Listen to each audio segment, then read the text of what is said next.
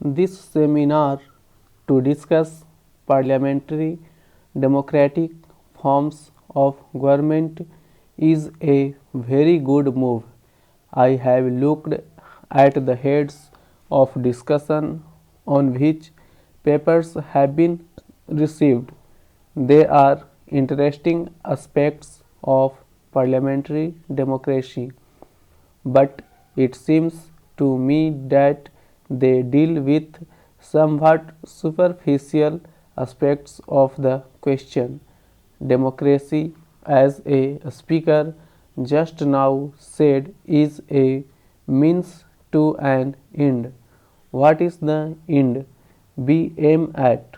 I do not know if everybody will agree with me, but I would say the end is the good life for the individual. What form it should take can be argued about, but the good life certainly must imply a certain satisfaction of the essential economic needs which will release him from continuous oppression and which will give him a chance to develop his creative faculties. Parliamentary democracy is a growth of the last 150 or 200 years.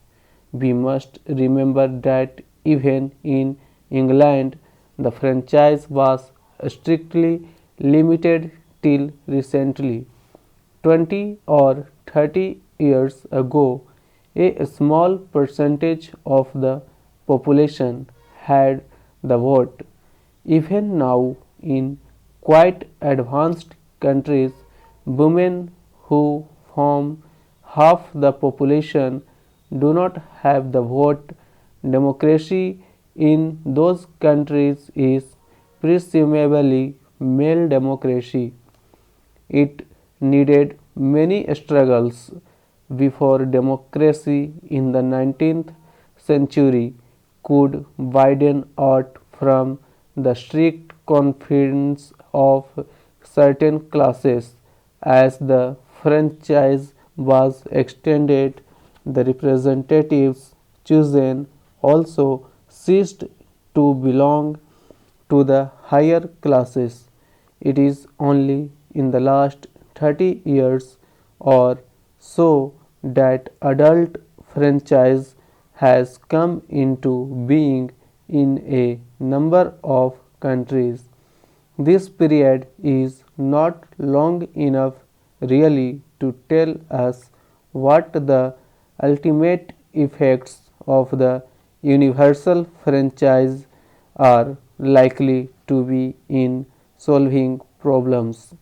Problems are solved not merely by the governmental structure being good, but by the quality of human beings, their education and their character. The machine can at best make it easier for those qualities to develop and remove any elements which suppress growth. In the past, democracy has been taken chiefly to mean political democracy, roughly represented by the idea of every person having a vote.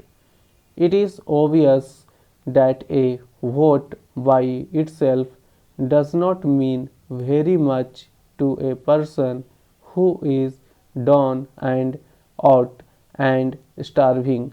Such a person will be much more interested in food to eat than in a vote.